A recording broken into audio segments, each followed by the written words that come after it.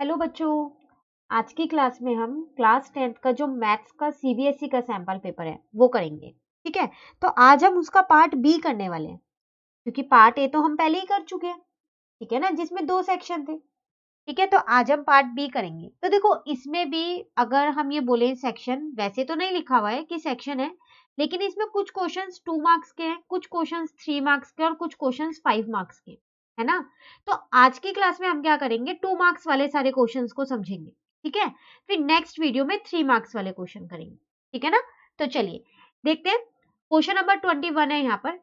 अच्छा, पहले मैं आपको ये ऊपर का रीड करके बता दूं। लिखा हुआ है यहाँ, all questions are compulsory in case of internal choice attempt any one. वैसे तो आपके लिए सारे क्वेश्चंस करना कंपलसरी है, लेकिन अगर किसी में चॉइस हो, जैसे कि हमारे को 21 में ही दिख रही है चॉइस, दिख रही है ना चॉइस, तो उनमें से आपको कोई सा एक अटेम्प्ट करना है। ठीक है, लेकिन हम दोनों समझेंगे यहाँ पर। ठीक है ना, आप एग्जाम में एक करना। चलिए अब शुरू करते हैं। देखो, 21 नंबर का क्वेश्चन है आपके पास। Find the coordinate of the point which divide the line segment joining the points this and this in the ratio 3:1 internally. कह रहा है आपको क्या करना है, कोऑर्डिनेट निकालने। ठीक है, एक पॉइंट के कोऑर्डिनेट निकालने हैं जो एक लाइन को डिवाइड कर रहा है। लाइन सेगमेंट के आपको पॉइंट्स दे रखे हैं और डिवाइड किस रेशियो में कर रहा है, वो 3:1 में कर रहा है। ठीक है, तो अगर मैं यहाँ पर एक लाइन सेगमेंट बना लूं, इसकी हेल्प से ज्यादा अच्छे से हो जाता है क्वेश्चन। ठीक है, इसके मैं पॉइंट्स भी दे दूं 4 और -3, और यहाँ पर मैंने दे दिया 3, 8 और 5। ठीक है, अब जो बीच का एक पॉइंट इसको डिवाइड कर रहा है, कोऑर्डिनेट निकालना है, एक पॉइंट डिवाइड कर रहा है 3:1 में, बीच का तो नहीं कह सकती मैं वरना वो इक्वी डिस्टेंस हो जाएगा, है ना। तो 3:1 में को एक पॉइंट है जो डिवाइड कर रहा है, उस पॉइंट को मैंने माना वो एक्स और वाई है। ठीक है, तो मैंने यहां लिख दिया, लेट द रिक्वायर्ड कोऑर्डिनेट्स। ठीक है, जो मुझे चाहिए वो मैंने एक्स और वाई मान रखे हैं। ठीक है ना, अब आपको ये एक्स और वाई निकालना है। आपको साइड के दोनों पॉइंट्स दे रखे हैं, इसको x1 y1 मान लेते हैं, इसको x2 y2 मान लेते हैं। तो आप सभी को याद आ रहा है कौन से चैप्टर का है ये क्वेश्चन, चैप्टर नंबर 7 का कोऑर्डिनेट ज्योमेट्री, है ना। तो जब भी आपको ऐसे रेशियो दे रखी है, तो ये m1 m2, तो कौन सा फॉर्मूला लगने वाला है इसमें, सेक्शन फॉर्मूला, है ना। सेक्शन फॉर्मूला लगाएंगे तभी तो हम एक्स और वाई की वैल्यू निकाल पाएंगे, जो आपकी एक्सरसाइज 7.2 है सेक्शन फॉर्मूले पे। ठीक है ना, देखो सबसे पहले मैं यहाँ फॉर्मूला लिखूंगी। तो x और y निकालने के लिए सेक्शन फॉर्मूला मेरे पास यहाँ पर है m1x2 plus m2x1 divided by m1 plus m2। ये तो मेरा x निकालने के लिए। अब y निकालने के लिए क्या है, m1y2 प्लस m2y1, ठीक है, डिवाइडेड बाय m1 m2। चलो, अब कुछ नहीं करना, सिर्फ वैल्यूज को पुट करना है। सब चीज हमने अपने इसमें लाइन सेगमेंट में लिख ली है। ठीक है ना, तो x निकालते हैं यहाँ पर। m1 मेरे पास है 3, x2 मेरे पास है 8। सिर्फ मैं वैल्यूज को पुट कर रही हूँ, m2 1 है और x1 4 है। 3 + 1, पहले x निकाल लेते हैं यहाँ पर, फिर y निकालेंगे। ठीक है, तो 24 + 4/4, तो 28/4। तो x आपके पास कितना आ गया, 7 आ गया। ठीक है ना, चलिए अब y निकालते हैं यहाँ पर। तो m1y2 तो मतलब 3 इंटू में 5, m2y1 मतलब 1 इंटू में -3, डिवाइडेड बाय m1 m2 मतलब m1 क्या है 3 और m2 क्या है 1। ठीक है, तो 15 - 3/4, इसका मतलब 12/4। तो y कितना आ गया मेरे पास, 3 आ गया। ठीक है ना, तो 7 और 3 इज द रिक्वायर्ड पॉइंट। जो पॉइंट्स हमको चाहिए थे वो कौन से पॉइंट्स है, 7 और 3 है। ठीक है, तो ये तो वो क्वेश्चन था जो 21 का ऊपर वाला पार्ट है। ठीक है, अब इसका जो चॉइस वाला है वो भी देख लेते हैं। चलो, यहाँ पर एग्जाम में आपको कोई भी एक करना है, लेकिन रिवीजन के टाइम पे आपको दोनों ही करने हैं। ठीक है, देखिए, find a relation between x and y such that the point xy is equidistance from the point 7 और 1। कोऑर्डिनेट्स दे रखे हैं 3 और 5। देखो, अब यहाँ पर आपसे कह रहा है आपको एक रिलेशन बताना है। सबसे पहली बात तो रिलेशन का मतलब क्या होता है, आपको एक इक्वेशन निकालनी है। ठीक है, किन के बीच में रिलेशन बताना है, एक्स और वाई के बीच में। इसका मतलब एक्स और वाई की एक इक्वेशन निकालनी है। किस तरीके से, सच दैट द पॉइंट, जो ये वाला पॉइंट है, इज इक्विडिस्टेंस। इक्विडिस्टेंस मतलब इक्वल गैप, डिस्टेंस उनका सेम है। किससे, इस वाले पॉइंट का इससे भी और इससे भी। ठीक है। अब सबसे पहली बात ना, मैं यहाँ पर वही लाइन सेगमेंट बनाती हूँ, इसी की हेल्प से हम जल्दी से कर सकते हैं क्वेश्चन को। तो मैंने दोनों साइड इसके कोऑर्डिनेट्स लिख लिए। अब वो कह रहा था जो एक्स वाई है वो इक्वी डिस्टेंस पे, तो अब मैं यहाँ पर ये बोल सकती हूँ कि ये इक्वल है यहाँ पर, बिल्कुल सेंटर में इसको लिख दिया मैंने एक्स और वाई। ठीक है ना, इसको नाम भी दे देती हूँ मैं ए बी सी, आप कुछ भी दे सकते हैं। इसका मतलब आपको पता है क्या दे रखा है, ए बी जो है ना वो बी सी के इक्वल है, मतलब जितना डिस्टेंस इन दोनों का है उतना ही डिस्टेंस इन दोनों का है। तो वैसे भी इक्वी डिस्टेंस नाम ही बता रहा है, इसमें क्या लगने वाला है, डिस्टेंस फॉर्मूला लगने वाला है, एक्सरसाइज 7.1। ठीक है ना, सबसे पहले चलिए लेट कर लेते हैं यहाँ पर। लेट, यहाँ पर मैंने बी लिख दिया, ये बी के हैं, ठीक है। Let B x y, B equidistance from the point A, तो ए के कोऑर्डिनेट्स लिख दिए, ठीक है, एंड सी, तो सी के कोऑर्डिनेट्स लिख दिए। तो इसका मतलब तो A B is equal to B C हुआ ना, है ना। इन दोनों के बीच का डिस्टेंस जब इक्वल है तो A B is equal to B C लिख सकती हूँ। अब मैं क्या करती हूँ, दोनों में ही डिस्टेंस फॉर्मूला लगा देती हूँ, ए बी में भी और बी सी में भी। ठीक है, तो डिस्टेंस फॉर्मूला मेरे पास क्या होता है, x1 प्लस x2 का होल स्क्वायर। ठीक है ना, मैं यहाँ पर लिख देती हूँ डिस्टेंस फॉर्मूला साइड में, x1 plus x, sorry plus लिख दिया मैंने, यहाँ पर माइनस आएगा, वो पूरे को चेंज करते हैं, x2 माइनस x1 का whole square plus y2 minus y1 का होल स्क्वायर, और इस पूरे का अंडर रूट, ये होता है ना डिस्टेंस फॉर्मूला। तो चलिए लगाते हैं यहाँ पर, तो दोबारा इसको यहाँ लिख देते हैं एक बार, A B is equal to B C, तो x माइनस 7 का whole square plus y minus 1 का होल स्क्वायर, इस पूरे का root, is equals to x minus 3 का होल स्क्वायर, अब मैं ये bc के लिए लगा लूं, ठीक है, y माइनस 5 का होल स्क्वायर। अब दोनों साइड पे रूट है तो रूट से रूट तो कट गया ना, तो x माइनस 7 का whole square, a minus B का whole square, A square plus B square minus 2ab। ठीक है, अब इसमें लगाते हैं A square plus B square minus 2ab। ठीक है ना, फिर यहाँ पर राइट हैंड साइड पे लगाते हैं A square plus B square minus 2ab, फिर दोबारा A square plus B square minus 2ab। ठीक है ना, चलिए अब देखिए, एक्स स्क्वायर से एक्स स्क्वायर तो कट हो गया, वाई स्क्वायर से वाई स्क्वायर कट हो गया, यहाँ पर आया मेरे पास 49 माइनस 14x प्लस का 1 माइनस का 2y। ठीक है, और यहाँ पर मेरे पास आया 9 माइनस का 6x प्लस का 25 और माइनस का 10y। ठीक है ना, अब हम क्या करते हैं, जो x वाले उनको एक साइड करते हैं, y वालों को भी एक साइड करते हैं, और जिनके आगे कुछ भी नहीं है, जो कांस्टेंट टर्म है, उनको एक साइड कर लेते हैं। ठीक है, तो 49 प्लस 1 तो 50 हो गया। ठीक है, और इस 9 और 15, चलिए इसको पहले एक स्टेप और एक्स्ट्रा लिख लेते हैं।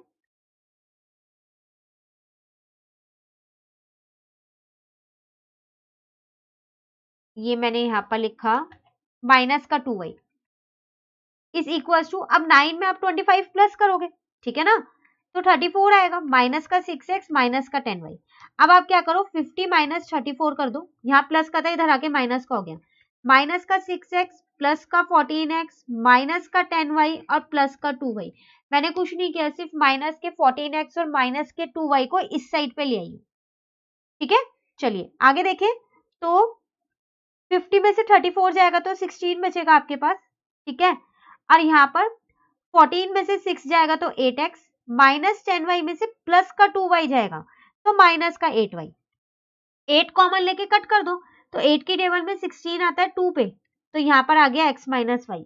इसका मतलब ये आपका रिलेशन है, जो रिलेशन आपसे वो पूछ रहा था x और y के बीच में। बन गई ना एक इक्वेशन, आप इसको ऐसे भी लिख सकते हो, x minus y minus 2 is equal to 0। इस 2 को आप इस साइड पे ले आए, दूसरी साइड। ठीक है, तो ये था आपके पास क्वेश्चन नंबर 21, जिसमें चॉइस थी, पर दोनों ही सेम चैप्टर के क्वेश्चन थे। तो इसका मतलब आप चैप्टर कोई भी नहीं छोड़ सकते हो, सारे चैप्टर अच्छे से आपको प्रिपेयर करने हैं। ठीक है ना, इस चैप्टर के तो मैंने आपको एनसीईआरटी से भी करवा रखा है, आप चाहो तो मैं आपको लिंक दे ही दूंगी डिस्क्रिप्शन बॉक्स में, आप वहां से देख लीजिएगा। ठीक है, तो मैंने आपके एनसीईआरटी की दोनों एक्सरसाइज इससे करवा रखी है। ठीक है ना। चलिए आगे बढ़ते हैं, अब आते हैं हम अपने क्वेश्चन नंबर 22 पे। तो क्वेश्चन में आपसे कह रहा है कि जो ये एल एम है ये इस सीबी के पैरेलल है, ये दे रखा है आपको, और जो ये एल एन है ये सी डी के पैरेलल है। प्रूव आपको क्या करना है, जो ए एम अपॉन में M B is equal to A N upon में एन डी।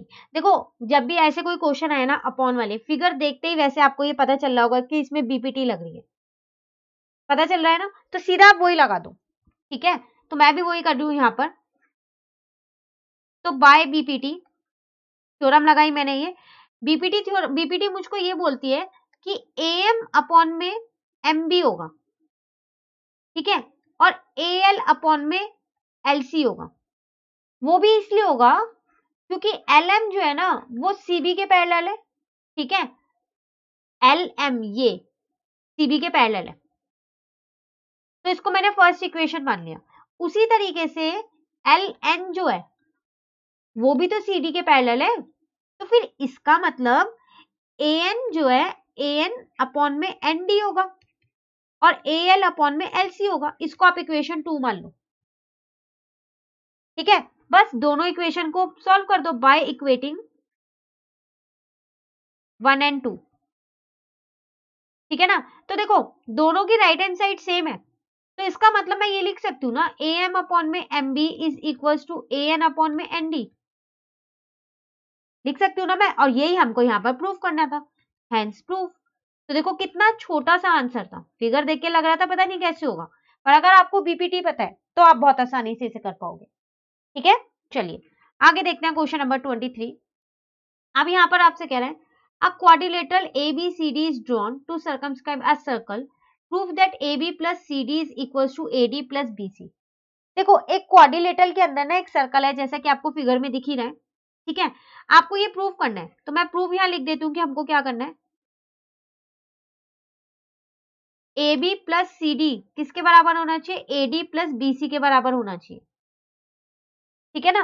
देखो प्रूफ करेंगे कैसे, इसमें थ्योरम लग रही है, ठीक है। आपने दो थ्योरम की थी चैप्टर नंबर 10 में, सर्कल्स में की है ना आपने। एक तो आपने की है कि जो रेडियस होती है वो टेंजेंट पे परपेंडिकुलर होती है, दूसरी आपने की है कि अगर एक बाहर आउटसाइड पॉइंट से दो टेंजेंट्स आ रही है सर्कल पे, तो उन दोनों की लेंथ इक्वल होती है, जिसको हम थ्योरम 10.2 भी बोलते हैं। तो यहाँ पर वही लगने वाली है। देखो अगर आप यहाँ ध्यान से देखो, इस सर्कल के बाहर एक ये पॉइंट है, एक ये पॉइंट है, एक ये वाला पॉइंट है और एक ये वाला पॉइंट है ना। अब डी से दो टेंजेंट जा रही है, डीएस और डीआर, इसका मतलब इन दोनों की लेंथ इक्वल होगी अकॉर्डिंग टू थ्योरम 10.2, ठीक है ना। उसी तरीके से सी से भी फिर दो टेंजेंट जा रही है, सी आर और सी क्यू, तो फिर सी आर और सी क्यू की लेंथ भी इक्वल होगी, बिल्कुल होगी, ठीक है ना। अब फिर आप सोच रहे होंगे ऐसे तो ए और बी पे भी आ रही है, बिल्कुल ए से जो दो ये टेंजेंट जा रही है ए एस और एपी, इन दोनों की लेंथ भी इक्वल होगी। अब बी से जो ये दो टेंजेंट्स जा रही है बीपी और बी क्यू, इन दोनों की लेंथ भी इक्वल होगी, ठीक है। तो जो मैंने अभी आपको बोला ना वो एज इट इज मैं यहाँ पर लिख रही हूँ। तो A S is equal to मैंने एपी लिख दिया, B Q is equal to मैंने बीपी लिख दिया, C Q is equal to C R लिख दिया, और D S is equal to D R लिख दिया। इसको मैंने इक्वेशन 1, इसको इक्वेशन 2, इसको इक्वेशन 3, इसको इक्वेशन 4 मान लिया। खाली इक्वेशन लिखने से कुछ नहीं होगा, यहाँ पर आपको थ्योरम 10.2 लिखनी है, पूरी स्टेटमेंट, ठीक है। अब एक चीज मैं यहाँ पर बताना चाहूंगी, कई बार बच्चे वो मिस्टेक करते हैं। देखो आपने A S is equal to AP लिया, ठीक है। अब नेक्स्ट में आप ये लेने वाले हो B Q is equal to BP, बिल्कुल सही लेने वाले हो, लेकिन कई बच्चे पता है क्या करते हैं, ये लिख देते हैं बीपी यहाँ पर लिख दिया है और बी क्यू यहाँ पर लिख दिया। तो देखो अगर जब आप इसको अभी ना बाद में हम ऐड करने वाले हैं, जब आप इन्हें ऐड करोगे ना तो लेफ्ट हैंड साइड के साथ ऐड होती है और राइट हैंड साइड के साथ ऐड होती है। तो देखो एपी यहाँ है और बीपी यहाँ है, ऐड करके क्या ये बन पाएगा ए बी, नहीं बन पाएगा, आपने अपोजिट साइड पे ले लिया। तो इस चीज का थोड़ा ध्यान रखिएगा, जहां पर एपी लिया है ना उसी वाली साइड पे बीपी लेना, उसी तरीके से जहां पर बी क्यू लिया है ना उसी वाली साइड पे सी क्यू लेना, ठीक है। और जहां पर सी आर लिया है उसी वाली साइड पे डी आर लेना, ठीक है। ऐसे ही जहां डी एस लिया है वहां पर ए एस लेना या एस ए लेना। तो इन छोटी छोटी चीजों का ध्यान रखना, ठीक है ना। बस अब कुछ नहीं करना है। तो अब बाय एडिंग इक्वेशन 1, 2, 3 एंड 4, अब तो हमारा आंसर आ गया है। बस एक दो स्टेप और रह गए। लेफ्ट हैंड साइड में लेफ्ट हैंड साइड के साथ ऐड कर रही हूँ और राइट हैंड साइड को मैं राइट हैंड साइड के साथ ऐड कर रही हूँ। ठीक है,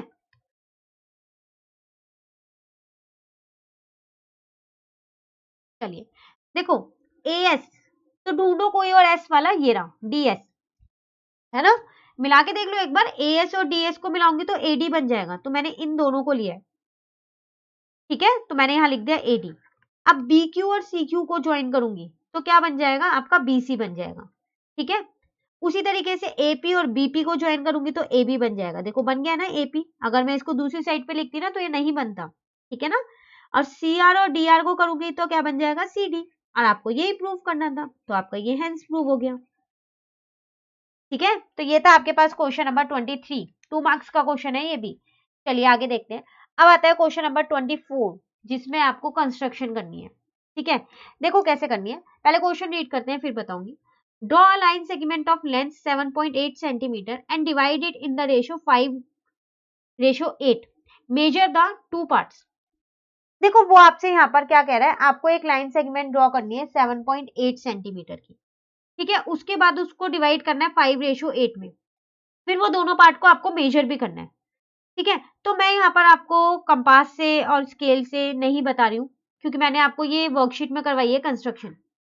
ठीक है, वर्कशीट नंबर 71, जिसमें आपने कंस्ट्रक्शन करना सीखा है, लाइन सेगमेंट को कैसे बनाते हैं, उसको कैसे डिवाइड करते हैं। ठीक है ना, तो ये क्वेश्चन आप वहां से करोगे। हाँ, मैं रफली आपको यहाँ जरूर बताऊंगी ताकि आपको याद आ जाए कि कैसे करना है। कुछ बच्चों को याद आएगा तो वो खुद से ही करेंगे पहले, है ना।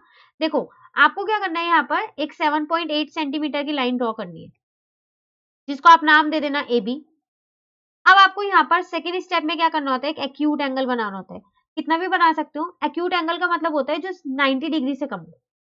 ठीक है, उसके बाद आपको क्या करना होता है, जो ये रेशियो होती है इनका सम कर लो, 13 आएगा। ठीक है, अब आपको यहाँ पर ए पे कंपास का पॉइंट रख के इक्वल आर्क लगानी है 13। ठीक है, तो 1 2 3 4 5 6 7 8 9 10 11 12 13। नाम दे दो A1 A2 A3 A4 A13 तक, आपको ये नाम देने। ठीक है, उसके बाद आपको क्या करना है, इसको इससे ज्वाइन कर देना है। ठीक है ना, अब तो आपको याद आ रहा होगा कैसे किया आपने कंस्ट्रक्शन। ठीक है, अब जो ये 5 मतलब m, ये m रेशियो n होती है, याद रखिएगा हमेशा m वाला लेते हैं। तो 1 2 3 4 5, यहां से आपको एक पैरेलल लाइन ड्रॉ करनी है। किसके किसके पैरेलल होनी चाहिए, A13 B के। तो कुछ नहीं करना, आपको कंपास खोल के यहाँ से एक एंगल बनाना है। ठीक है, 1 2 3 4 5, यहाँ थे हम। सेम एंगल यहाँ पर बनाना है, बस अब उसको आपको ज्वाइन कर देना है और इसको नाम दे देना है सी। तो जो आपकी ये ए बी है, ये डिवाइड हो गई है दो पार्ट में। किन दो पार्टों में डिवाइड हुई है, ए सी रेशो सी बी। और ये रेशो आपकी 5:8 ही आनी चाहिए। ठीक है, ये है आपकी कंस्ट्रक्शन। अगर आपको बिल्कुल प्रॉपर्ली देखनी है कि कंपास से कैसे करनी है इसको कॉपी पे, तो वर्कशीट देखिएगा आप 71। जिन बच्चों ने देखी अच्छी बात है, जिन्होंने नहीं देखी है तो आप ये वर्कशीट देखिएगा 71 और वहां से कंस्ट्रक्शन सीख लीजिएगा। ठीक है ना, चलिए आगे बढ़ते हैं हम अपने क्वेश्चन नंबर 25 पे। तो क्वेश्चन है आपके पास, given 15 cot A is equals to 8, find sin A and sec A। तो अब आप कहां पर आ गए हो, ट्रिग्नोमेट्री में आ गए हो, है ना। तो जब भी ट्रिगो का क्वेश्चन है ना, एक चीज हमेशा लिख लिया करो। वो क्या है हमारे पास, पंडित बद्री प्रसाद हर हर बोले, इसको कभी मत भूलना।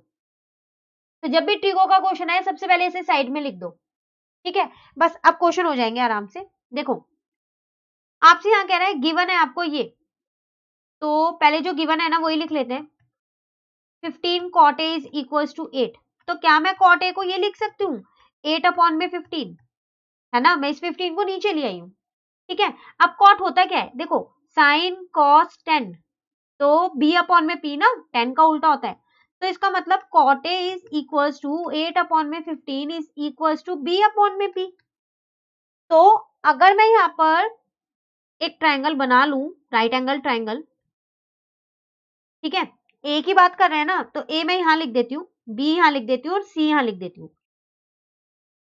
ठीक है ना, तो ये 90 डिग्री है। 90 डिग्री के सामने वाला हमेशा हाइपोटेन्यूज होता है, और जिस एंगल की मैं बात कर रही हूँ उसके सामने वाला हमेशा परपेंडिकुलर होता है। बेस जो बचा थर्ड वाला वही होगा।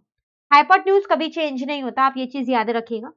जिस एंगल से आप बात कर रहे हो उसके सामने वाली साइड हमेशा परपेंडिकुलर है। अगर आप सी से बात करोगे तो बी ए आपकी परपेंडिकुलर हो जाएगी, ठीक है, सी बी आपकी बेस हो जाएगा।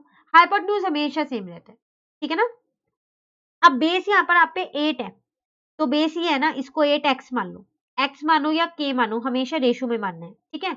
p आपके पास 15 है तो 15x मान लिया मैंने। तो मैं यहाँ से फिर तो ac निकाल सकती हूँ। कैसे निकालने वाली हूँ मैं? पाइथागोरस थ्योरम लगा के। तो बाय पाइथागोरस थ्योरम,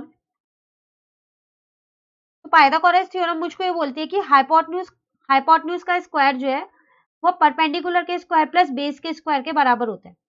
अब ये तो मुझको नहीं पता है, ऐसे ही रहने देते हैं। ये मुझे पता है 15x है और ये भी मुझको पता है 8x है, ठीक है ना। तो ये आ गया मेरा 225x स्क्वायर और ये आ गया मेरे पास 64x स्क्वायर। यहां से मैंने अपना AC स्क्वायर निकाला तो वो आया मेरा 289x स्क्वायर।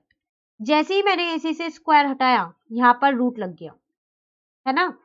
अब मेरा AC आ गया 17x, इसका मतलब ये मेरा 17x आ गया। हाइपोटेन्यूज मतलब मेरे पास 17 है। बस अब जो आपको निकालना है वो निकाल लो। आपको साइन A निकालना है, तो साइन होता है P अपॉन में H, है ना। तो P A से ही देखना है ना, तो P है मेरे पास 15x और H है मेरे पास 17x, तो ये आ गया मेरा 15 अपॉन 17। x से x तो कट हो गया ना, ठीक है। अब निकालना है मुझे sec A, तो sec तो cos का उल्टा होता है ना, तो इसका मतलब h अपॉन में b हो जाएगा। अब h है मेरे पास यहाँ पर 17, ठीक है ना, और b है मेरे पास यहाँ पर 8x, ठीक है, कट कर दो तो ये कितना आ जाएगा 17 अपॉन 8, तो ये आपका आंसर आ गया, ठीक है। इसके साथ फिर एक इंटरनली चॉइस आपको मिल गई है, पर मिली ट्रिगो के चैप्टर की है। तो मतलब चैप्टर तो आपको सारे करने हैं, चैप्टर नहीं छोड़ने हैं, क्योंकि इंटरनली चॉइस उसी चैप्टर की है, ठीक है ना। चलिए देखते हैं, यहाँ पर आपको फिगर बनी हुई दी है। आपसे कह रहा है कि 10p माइनस कॉट आर निकालना है। तो उसके लिए मेरे को ये पता होना चाहिए, फिर से लिख देती हूँ मैं, ये पंडित बद्री प्रसाद हर हर बोले। जब तक हम ट्रिग्नोमेट्री के क्वेश्चंस करेंगे हर पेज पे इसको लिखेंगे, है ना। तो साइन कॉस और टेन, तो 10 के लिए p अपॉन बी, बी तो है ही नहीं, क्यू आर, पहले उसको ही निकाल लेते हैं फिर। तो बाय पाइथागोरस थ्योरम,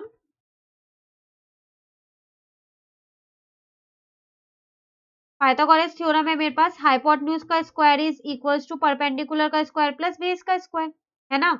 इस बार मुझे हाइपोटेन्यूज दे रखी है 13, तो अब मैं यहाँ 13 का स्क्वायर मैंने ले लिया। पी क्यू भी मुझे दे रखा है 12 का स्क्वायर, क्यू आर नहीं दे रखा, उसको ऐसे ही छोड़ देते हैं। ये हो गया 169, ये हो गया 144, ये हो गया क्यू आर स्क्वायर, ऐसी है। तो यहाँ से मैंने अपना क्यू आर स्क्वायर निकाल लिया, 169 माइनस 144, तो क्यू आर स्क्वायर मेरे पास यहाँ पर आ गया 25, है ना। जैसे ही यहाँ से स्क्वायर हटा, यहाँ पर रूट लग गया, तो क्यू आर मेरा आ गया 5 सेंटीमीटर। चलो बेस मुझको मिल गया 5 सेंटीमीटर। अब मुझको यहाँ पर निकालना है 10p माइनस का कॉट आर। लिख ले पहले, 10p मतलब p अपॉन में b चाहिए, और कॉट आर मतलब b अपॉन में p चाहिए, है ना। तो p, अगर 10p यहां से देखना है मुझे, ठीक है, तो इसके सामने वाला परपेंडिकुलर हो जाएगा। हाइपोटेन्यूज तो कभी चेंज नहीं होता, 90 के सामने वाला ही रहता है। ये मेरा बेस बन गया, ठीक है। क्यू आर मैंने अब भी निकाला है 5, बेस मेरे को 12 दे रखा है, बेस मुझे 12 दे रखा है। अच्छा, ये आर से देखना है, तो इसको हम आर से देखेंगे, पी से नहीं देखेंगे, ठीक है। तो जल्दी जल्दी में वही मत लिख देना जैसे कि अभी मैंने लिख दिया है यहाँ पर। आर से देखते हैं, चलो यहाँ से। तो बेस तो मेरा क्या बन जाएगा, इसके एंगल के सामने वाला, अब की बार मेरा ये परपेंडिकुलर बन गया, इसको काट दो, इसको काट दो, तो बेस ये बन जाएगा, ठीक है ना। तो अब बेस मेरे पास है क्यू आर, तो क्यू आर मेरे पास 5 है, अब परपेंडिकुलर 12 है, दोनों सेम सेम है, कट हो गए, आंसर कितना आ गया, 0 आ गया, ठीक है। तो ये था आपके पास क्वेश्चन नंबर 25, 2 मार्क का क्वेश्चन था, इंटरनली चॉइस थी इसमें, दोनों ही ट्रिगो के क्वेश्चन। चलिए 2 मार्क्स के जो लास्ट क्वेश्चन है, क्वेश्चन नंबर 26। अब क्वेश्चन नंबर 27 से ना 3 मार्क्स के हैं, तो वो हम नेक्स्ट क्लास में करने वाले हैं, ठीक है। चलिए देखते हैं last question. How many terms of the AP, अब आ गया आपके पास एपी, चैप्टर नंबर 5 एनसीईआरटी का, है ना। तो आपको कह रहा है हाउ मेनी टर्म्स, मतलब एन आपको निकालना है। कई बच्चों को ये कंफ्यूजन रहती है, उन्हें पता नहीं चल पाता कि एन कब निकालना है, ए एन कब निकालना है। जनरल टर्म होती है ए एन, और जब भी बोले ना हाउ मेनी टर्म्स, तो हमेशा पहले ही ऊपर लिख लो n निकालना है, ठीक है। Must be taken to give us sum 636। तो देखो यहाँ पर आपको दे के रखा है, एपी आपको दे रखी है, ठीक है ना। तो जब आपको ये एपी दे रखी है तो आप इससे ए और डी तो बहुत ही आसानी से निकाल सकते हो। ए तो फर्स्ट टर्म ही होती है 9, और डी क्या होगा 17 माइनस 9, तो वो आपका 8 आ जाएगा। और एस भी आपको दे रखा है, लेकिन ये नहीं पता कि एस कितने नंबर ऑफ टर्म्स का है, तो हम एस एन मान के चलेंगे, ठीक है। 636। अब मुझे नंबर ऑफ टर्म्स ही तो निकालनी है, तो मैंने क्या किया, एस एन वाला ही फॉर्मूला लगा दिया, जो कि होता है n/2 ब्रैकेट में 2a plus n minus 1d, यही होता है ना। एक लास्ट टर्म वाला भी होता है ना, वो यहाँ नहीं लगाएंगे क्योंकि हमारे को लास्ट टर्म नहीं पता, ठीक है। तो आपको फॉर्मूले देख के पता होना चाहिए कि कौन सा फॉर्मूला कब लगाना है, ठीक है ना। तो एस एन मेरे को यहाँ दे रखा है 636, एन नहीं दे रखा तो ऐसे ही छोड़ दो, ए आपको दे रखा है 9 है, प्लस एन नहीं दे रखा छोड़ दो, डी आपने अभी यहीं पर ही निकाला है 8 है, ठीक है। अब हमने क्या किया, इस 2 को जो मल्टीप्लाई का है ना, सॉरी डिवाइड का है, उधर ले गए, ये मल्टीप्लाई का हो गया, ठीक है ना। तो यहाँ आ गया आपका 18 प्लस मल्टीप्लाई करूं 8 को अंदर, तो 8n माइनस 8, ठीक है। तो ये मेरा आ गया 10 प्लस 8n, ठीक है ना। मैंने क्या किया पता है, यहां से ना 2 कॉमन ले लिया है। कहां से 2 कॉमन लिया मैंने, इसमें से 10 और 8 में से, तो बाहर मेरा 2n हो गया, तो अंदर बचा 5 प्लस 4n, ठीक है। अब मैंने क्या किया, इस 2 से इस 2 को कट कर दिया, 2 हट जाएगा ना दोनों साइड से। अब इस n को अंदर इंटू किया तो 5n प्लस 4n स्क्वायर, तो 5n 4n square plus 5n minus 336 is equal to 0। ये तो एक क्वाड्रेटिक इक्वेशन बन गई, और n पे स्क्वायर है, इसका मतलब n की तो 2 वैल्यूज निकलेंगी, है ना। चलिए 2 वैल्यूज निकालते हैं, मिडिल टर्म स्प्लिट करें या फिर बी स्क्वायर वाला फॉर्मूला लगाएं।